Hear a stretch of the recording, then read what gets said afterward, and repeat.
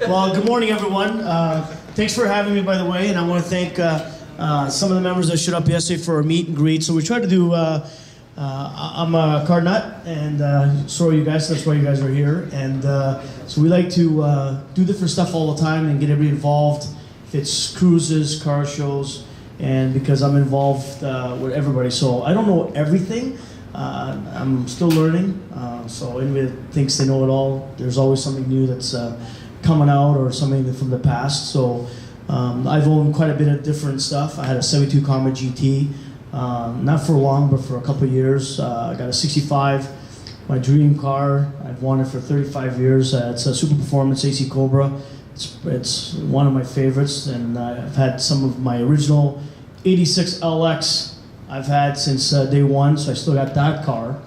So some of my cars have left my hands for like 10 years or 7 years, and they came back. So every time I sell a car, I said, hey, I'll sell you the car, but if you want to sell it, call me first. And a lot of people call me, and I'm fortunate I got my 2000 back. My 86 was gone for about, I think 5 or 6 years to London, Ontario. Found me racing for quite a few years. I definitely got it back with a lot less parts, I'll tell you that.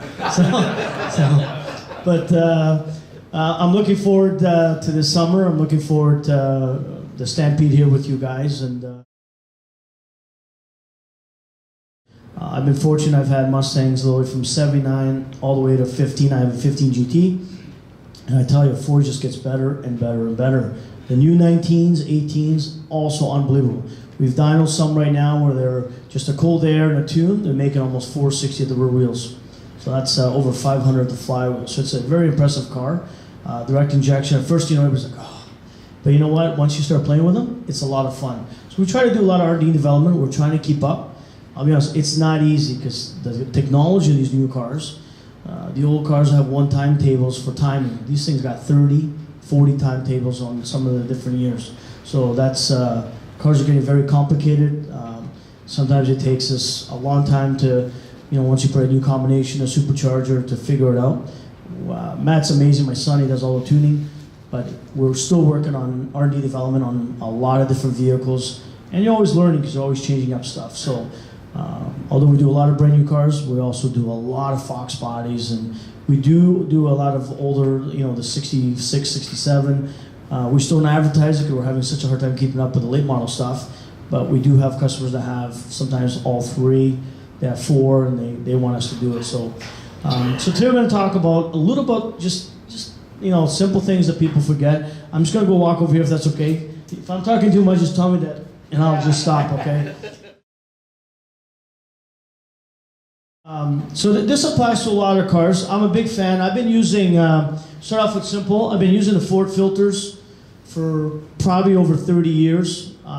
If you open one up, compared to some of the other brands, way better filter. When I raced professional, when I won the World Championship, we had the guys at Ford, and they said, you actually use a Ford filter? And I'm like, what's wrong with that? What's the best filter on the market? So the Ford filter, we still at the shop today, we pretty well use all, like literally 100%, all Ford filters. So this is the 4.6, it covers pretty well from 96 all the way to basically 2010. Then there's, of course, the old FL1A for the full 5 liters. Works really, really well. So that's something that oil changes are important. So I've used Castrol, I've used Mobil 1, I've been using EMS oil for probably now over 25 years. So EMS oil has been one of my biggest oils. So synthetic definitely works. I've had a chance now to pull motors apart that we did 20 years ago, and the bearings still look like the day we put them in.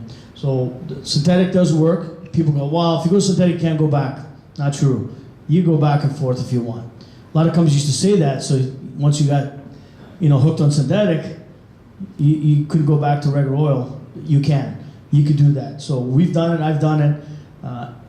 Any oil is better than no oil, okay? So.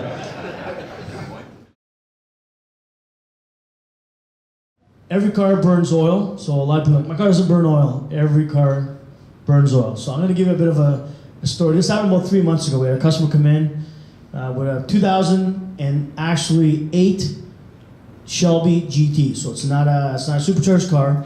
So he goes, I need a new clutch. And I go, okay, what is the, like, why? Well, it rattles. So we go for a ride, and I'm on and off the throttle. Got on a little bit, it would rattle, you know. So I go, I don't think it's your clutch, something else. Well, it turns out he only had 1.5 liters of oil in the car. So, you know, because he thought it was a new car, unfortunately, he was very lucky that he really didn't beat the car very hard, but we drained the oil. It literally had 1.5 liters, one of these, in the bottom. We actually filled, I wanted to know exactly how many were left, so 1.5 liters. So every car does burn oil. Another thing that's really works well, oil separators. How many guys here have oil separators? There's a few. It really works. Back in the day, the Fox bodies, the PCV, suck oil from the back of the motor, would puddle in the intake. So what this does is, basically, I'm gonna open it up here. Okay, so basically, so this usually goes from the valve cover to the intake, or from the valve cover to the cold air kit. So basically, it's a plug. Most of them are plug and play. So when you're revving the motor, the oil's like bouncing off your rockers. So basically, air gets sucked in. Any oil, ruin that one. So there's a filter there, should be right there. So basically, oil will drop into the container, and the air will flow, so you won't get any oil into your valves, your intake, your catalytics. So it is definitely a plus. Not as a gimmick to make money, but it does definitely work. You can do it for almost every vehicle. Doesn't matter if it's old school, new school. It works really well. I'll figure out how to put this thing back together to go. So Joe, some people put 2, some people put 1. Joe, 1 side or 2 sides? Some cars we put 2, depends. Most cars will suck on the driver's side, will actually suck more oil than the passenger. So some guys will have no oil on the passenger side, but they'll have lots of oil on the driver's side. So some guys will do both. On my F-150, I just did on the driver's side, because that goes right to the back of the plenum. So it seems to have, I think, more suction, say, than the cold air kit. So it's more of so it sucks oil. So some cars will have literally every oil change will have that full. Some guys will have just a very little, depends how good the motor is. On some of the new vehicles now, I think the 18, 19 F-150s, they had an issue where the cylinders weren't technically round, so they're going through a lot of oil consumption.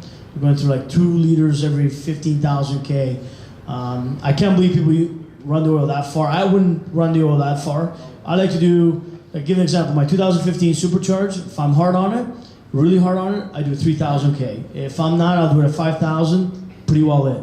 If you baby a car, it's basically stock, you can go to 8,000, but man, I don't know if I would want my truck to go to 15,000 K for an oil change, because I change the oil, believe it or not, I change the oil a lot on a lot of cars, and some of it is, I mean, black.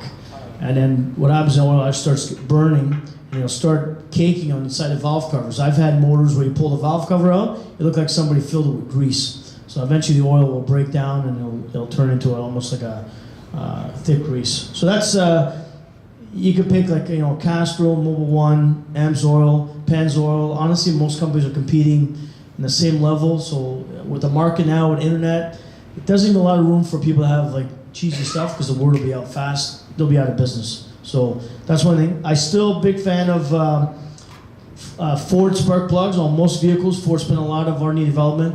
Like for the Shelbys, GTs, the only time we go to an aftermarket spark plug is if we're running a lot of boost. You need a really cold plug, where Ford could go a couple sizes down for cold. So Ford Motorcraft's still my number 1. Fuel filters, I like to use mostly all Ford PCVs, cap rotors. Ford still has the best.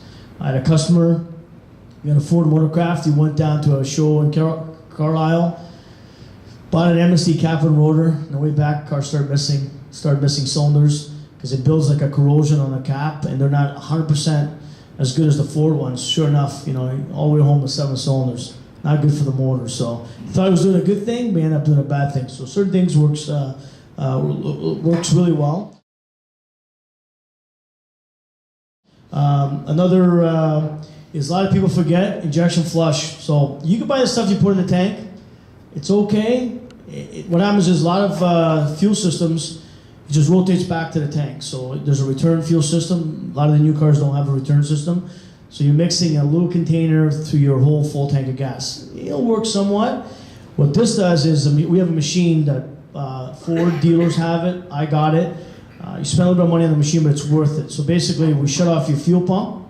If you have a return system, we block it off. So it has to run. So this has a carbon cleaner and injector cleaner. So if the car has really bad dirty injectors, it'll take probably a half hour to clean them. If they're not bad, it'll be less. So this will do both together until the car runs out. Basically until the car starts, the motor starts shutting down, then we shut it off.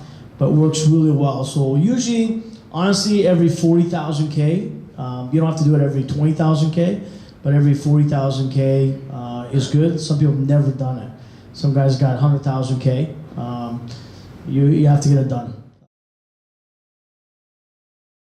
On just another note, guys, with like 05 to 2000 and early 08s, Ford had a 2-piece spark plug. I don't know how many guys have like 05s to 07, 08. So on some of the 08s, 08 and a half, they went to the small spark plug, 1 piece. Ford had it, the 2-piece spark plug. So if you left it more than 60,000 K, like basically you would get them out, they would squeal getting them out. The odd time they would break, like they actually snap. We have a tool to pull them out. So a lot of dealers would send me the car because if the other piece falls in, head's got to come out.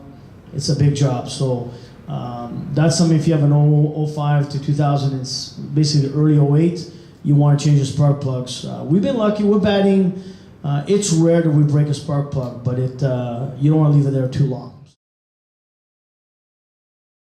It's very important, and a lot of guys too that they'll just grab a spark plug out of the box and throw it in the car. Well, if you ever watch delivery guys deliver this stuff, they do this with it. They throw the box. Never know what happens going to the dealer, so we always recommend check the gap. If you're a supercharged car, you can't just put a standard spark plug like a regular non-gap plug into your vehicle. Give an example. Most cars from factory, anywhere from 52 to 60 gap. When you have a supercharger, it could go as low as 28 gap. So if you don't gap your spark plugs with a supercharged car, basically it's like blowing out the candle. So once you're making boost, it actually blow out the spark, so the car will sputter. So you get to a certain RPM in the motor, certain boost, spark plug goes out, and the car just kind of, it'll actually show rich because it's not burning the fuel. So a lot of guys think, oh, my coils are bad. Has nothing to do with your coils most of the time. It's simple as gapping spark plugs. Now, we have a rule in our shop. You drop one, throw it in the garbage. A lot of guys will drop one, oh, it looks okay, put it in, 7 cylinders. As soon as you do a little hairline crack on the ceramic, it's garbage, it's done. So time to move on to the new thing. Basically that covers some of it. Supercharger, a lot of like the Shelby, blowers, Whipples. You actually don't have to do it for 50,000 miles, although we carry the oil. Vortec, Paxton, ProCharger. Usually the first oil change for a blower is 5,000 K. After that, it's every 10,000 K. So once you've done the first oil change on the blower, so very important. Maintenance will keep your car running for a long time. Cost you a little bit of money now, or pay a lot of money later. Go ahead.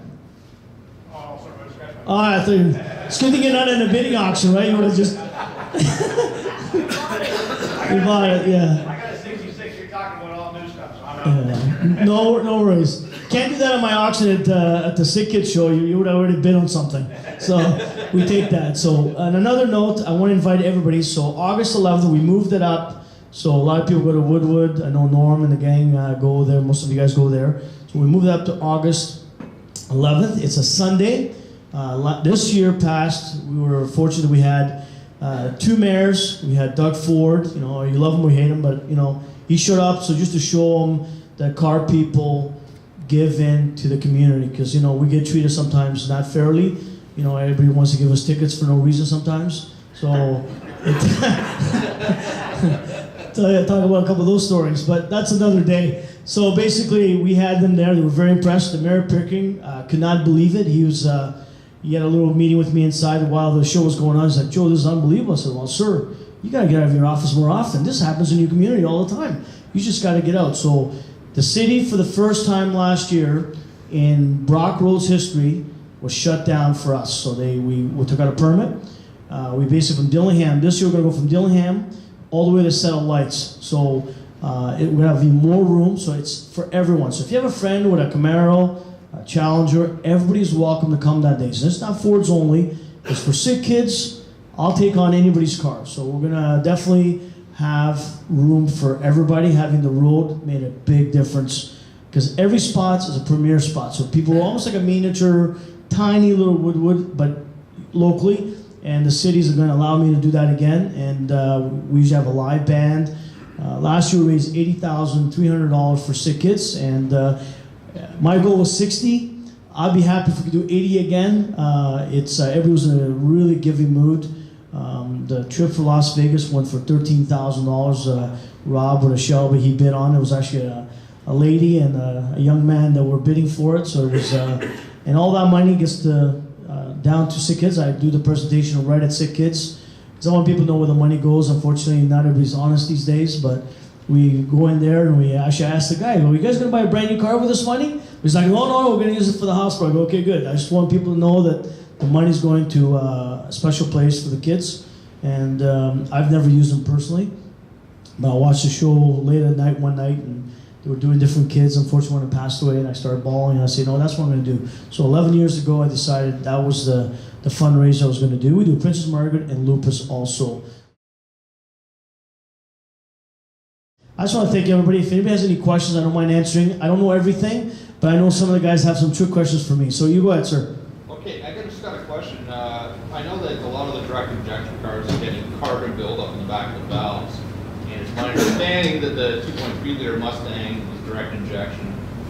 I know you can alleviate a lot of the problems with a catch can, but are you receiving any customers coming in with, or hearing about, because they're new cars obviously, hearing about carbon buildup in the back of those valves?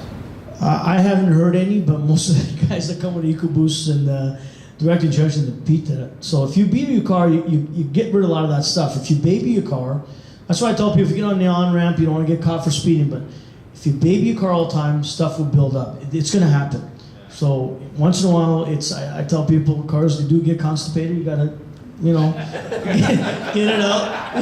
That's the best way to put it, right? So you want to beat on your car once in a while, and we have different places to do that. We have track days, road course days, drag strip days. So there's days, but a lot of people that baby their cars are actually doing more damage to the vehicle than they're doing beating on it. So, and people that drive they store them, they don't start them for years. That's bad for the car. So there's a lot of things that are bad for the car. So get it out. You have a nice place where you're safe on the on-ramp.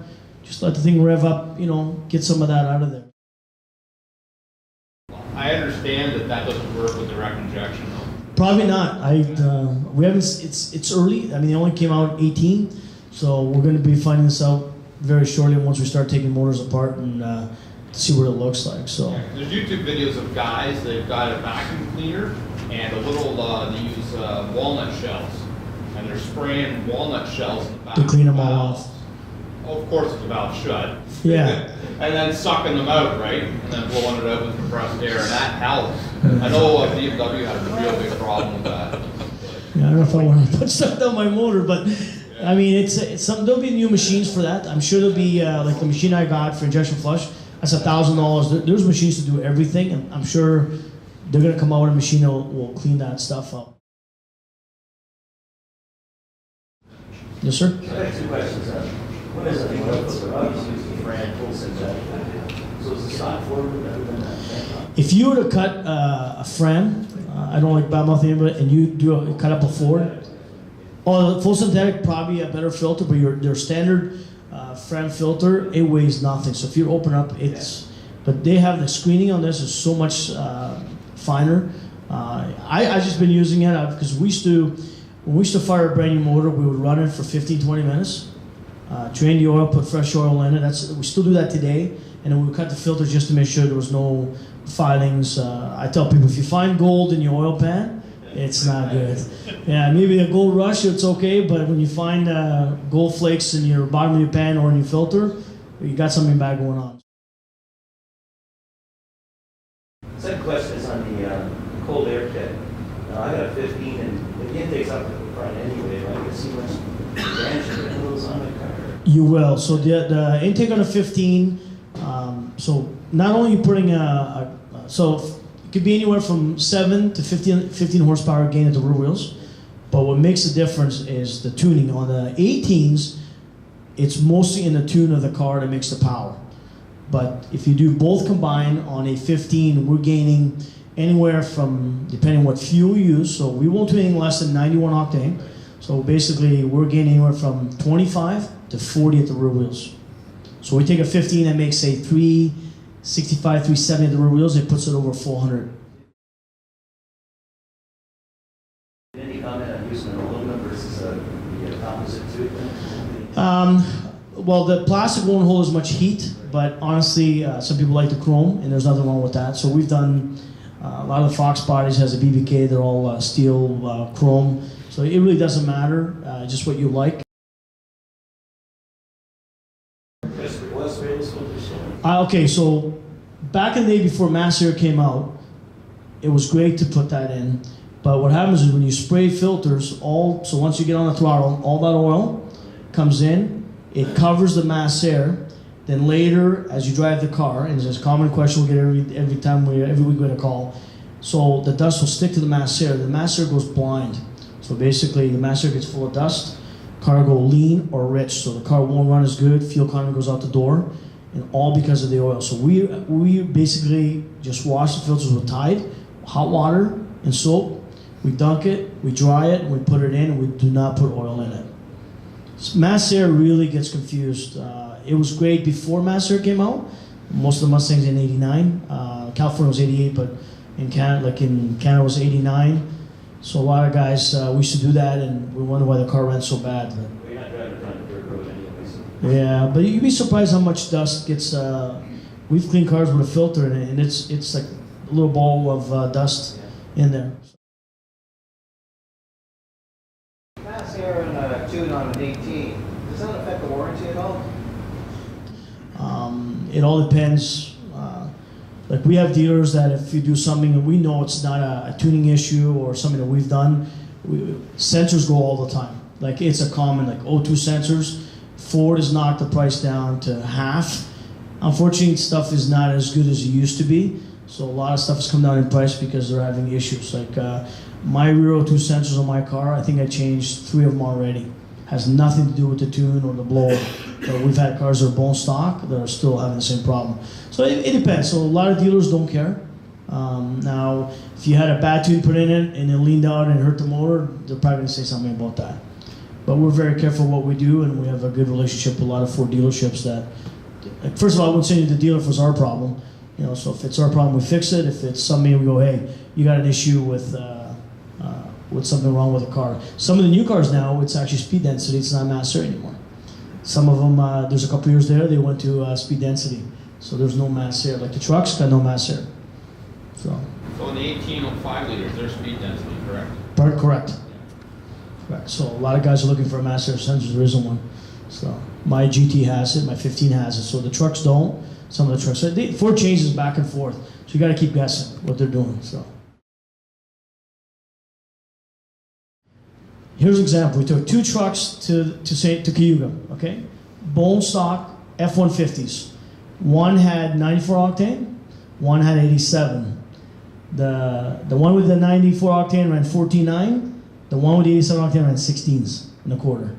Because these vehicles are so smart, they'll throw the timing in. If they see that there's bad fuel, they pull timing out.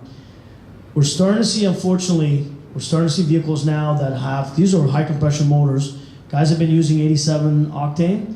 Main bearings are starting to go out of these cars. So when they hit about 100,000 K, these motors are getting hurt. So I tell people, would you eat McDonald's every day? You can probably get away with it, like today, eat something today, but you want to use good gas. So if you're not going to use 87, we should try to use 89. But honestly, I wouldn't use less than 91 octane. If you were to do a test on a vehicle and you ran 87 and 91 and you were to do a fuel economy test, how far you could drive, how long you drive it the same way, you're going to find out your 91 octane is going to give you more fuel economy than your 87. The other question is, if you do the tune, how much of a hit do you get in the fuel economy area? To be honest with you, if you don't beat on it, it'll probably be as good, if not better. My supercharged Whipple car, if I don't beat on it, I can get over 500K per tank. Now, when I get on it, I can pass anything but the gas station. But Go ahead, sir. Can you say something about the type of fuel and where you want to buy it? I mean, Okay. you can buy some of these no-name gas stations, but my understanding there's only 5 premium Tier 1 gasolines. Correct. So, give an example. We had they closed now. So we had a gas station up the street that only sold 91. It was petrol. So guys would come out of town, they would fill 91.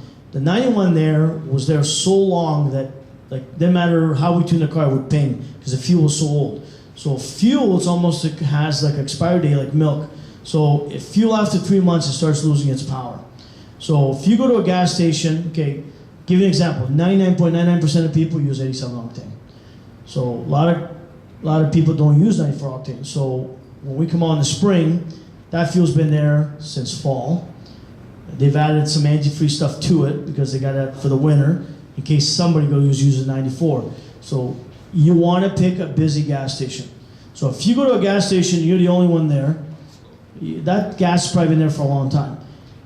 Just look around. So if you go to a gas station, you look around, how many people fill 94? Not very many people, right? So you got to pick them. I tell yesterday we had our meet and greet.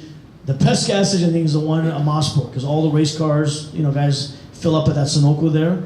So off the 401, usually it's pretty busy. 2 years ago, we had a late spring, so a lot of people didn't have their cars out. So guys were coming out, putting fuel in it, but the fuel was actually bad. So the first go around, just take it easy, especially if you're supercharged. You could damage a motor pretty quickly, because the motor just, especially if the cars are tuned, doesn't have as much window as a stock factory vehicle. Where the stock factory, they could pull timing out. Where you tune a car, it's more not on the edge, but there's a bit of a cushion. But so fuel's important. You want to take it easy, yeah, because the fuel's old. I'd rather have the fuel that you put in the fall in the car than have the fuel at the pumps in the spring before they change it. Yeah. It scares me when people come and I go, well, the first question we ask people when they come to tune the car, where'd you get it filled? And then, Costco, oh, that's bad fuel. Yeah, like they're 91, we could probably take, like say we run 20 degrees timing on a 91, any other gas station like Petro, Shell, you use Costco, man, we can't get that thing to stop pinging. So you gotta be careful. You think you're saving $1, you're not. Especially for your performance car. Your everyday car, you'll get away with it. But not for your everyday hot rod. You really wanna feed it good oil, good fuel, and believe me, I have some cars I've had for 30 years are still running today. Synthetic blend really often, or would you do a full synthetic almost twice as long? I do full synthetic, I've always done it. I've used it where, I went to a gas station, all they had is the blend. I grabbed the liter and put it in. So, to be honest with you, I would put the full synthetic in it. It's protecting your motor every day, so. We've had some guys actually, the oil pump break, like the oil pump shaft break, and they drove it for 2 kilometers, and that motor still ran like a clock after we put the oil pump shaft in it, because it had synthetic in it. Can I just say something about the blend? The blend, you've got to be very careful because some will put 10% synthetic in there, or 10% group 3 base oils. Some will put 40%. So be very careful when you talk about a blend and putting it into a high performance engine. So there isn't a lot of regulatory specifications for blend. Full synthetic is full synthetic. Full conventional is full conventional. Blend could be a mix of whatever. As long as they put, I think it's, I'm trying to remember, I'm retired now a couple of years, but 5 to 10% of group 3 will allow you to call it semi or a blend. So be very careful when you buy semi. Don't even bother. You just either go one or the other. Wondering what your thoughts were on that? I find some of the old school cars, people seem to like the regular conventional oil. They don't drive them as much as the new cars, so they do it that way. I have my AC Cobra, I put synthetic in it. It depends what you want to do. If you drive it a lot, if you're going to go, so I'll probably some people like to stick with a regular oil. Now, another note, if you buy a brand new or you build a brand new motor, you definitely want to put synthetic in it right away. So our goal is 4,000 K after the motor's broken in before you start using synthetic. So if you build a brand new motor and you put synthetic in it, those rings will never set. You can definitely run longer. You can run to 8,000 K. I don't know if I would push it, because even guys that don't be in their cars, when I pull oil at 8,000 K, it's black. So if you do your own oil changes, you can almost tell. Like when you can't really see through the oil, it's pretty pitch black. You need to. Yeah, I would. And some motors have they're losing a bit of compression, so they're getting a bit of blow by. So all that changes the way the oil, the color of the oil and stuff like that. So when the car's telling you to change the oil, it's 5K, right? Most of them, the trucks are 15,000. Most of the Mustangs are 8,000. Okay. Now, just so everybody knows, so if you put your car away, so say you did an oil change in the fall, okay? My next question. So if you change your oil in the fall, these guys will think you have to do one in the spring. So if your car battery is hooked up, it'll actually do the countdown. So you get a car on the spring, it'll be change your oil light on. So you can reset the dash because your oil's fresh. So for me, I do it in the fall, then I'm good to for the first 5,000 K in the summer. You don't have to do another one, or you put it away, but I rather put away with fresh oil in case I decide to start the car in the winter. At least you have fresh oil in it. On another note, like say guys, so a couple things you can do. So if you're a little bit of oil consumption, anybody that runs say 5W20, you can actually move up to 5W30. That's going to make it a little thicker. On the Fox bodies, because I grew up with the Fox bodies, a 5-liter Mustang LX, that's what I have. And if I beat on it, brand new motor, 1,000 kilometers, a liter of oil. That's right. No word of a lie. So back then we're putting 10W30 in it. Like if you didn't watch, guys would run their pan dry because it was young guys that owned those cars. They'd be beating the hell out of those cars. They had no oil in it. So what we did back in the 80s, we started putting 20W50. And even today, we still put 20W50 on the 5 liters because the clearances were a lot more. There was a lot more clearances on the Fox body motors. Anything from literally from 80, 84 all the way to 95. We still put 20W50 on supercharged cars. Now, what we're doing is we're upgrading. If you're a supercharged car, from once the weather gets warmer, from 5W20 to 5W50. So all the Shelbys, all the track pack cars from factory recommend 5W50. So if you're a supercharged car, it's got more heat, more things going on. My 15, I use 5W50. So currently with the few miles on the car, it's 27 to work. I got a 15 and I got 8,000. I've been changing it every year anyway, so maybe sort of. Most people do change it. I have some cars that I change it once a year too, just because. Condensation. Yeah, I personally do it once. Like, if you do fire it up, like if you gotta be careful when you fire up your car. Some people want to fire it up every week. Sometimes that's bad news. Condensation builds up in the valve covers. Some people have heated garages, so it's not as critical. I store about 15 cars for people a year. None of them get started. I disconnect the battery, and they sit, and then we fire it up first shot. And so once a year probably wouldn't be a bad idea, just because of condensation more than anything else. Yeah, once a year just protects everything. Yeah, I do my cars once a year. So unless I'm not going to drive it at all, and then I do get when I'm ready to drive, then I do an oil change. If it's just going to sit in the corner for years, then you just leave it alone until you're ready to drive it. So. Well, I think that's it for questions. These guys probably want to go on with the meetings. Listen, thanks for having me. Please come out to our Sick Kid show. We do fall cruise. We try to have fun. I'm a car nut, and I just enjoy this. I'm a kid that grew up in the middle of the jungle in Africa. Me and my brother talked about racing cars and building cars, and so I'm living the dream every day. So it's pretty personal for me. If you have an issue, please tell me, because I care about taking care of my customers. Products these days, some days I go to a lot of these shows in the States just because I want to choke somebody some days, because they're trying to make more profit and giving you a bad part, but I won't put up with that. I fired a lot of companies in the U.S. I won't take them back because I feel my customers should have the best when they're spending the money with me. So I stand behind what I do. If I sell you a part and they don't take care of me, I'm still going to give you a new one, but I'm going to write them off. And I've done that many times over. So if anybody has an issue with their cars, please call me. If I don't know, I can't help you. But we do stand behind what we do at our shop. We have a good crew of young guys, and we have fun what we do, but we take it very personal about your vehicle. We treat your vehicle like your child. So if you left the child with me, I'm going to take good care of it. So thanks for having me.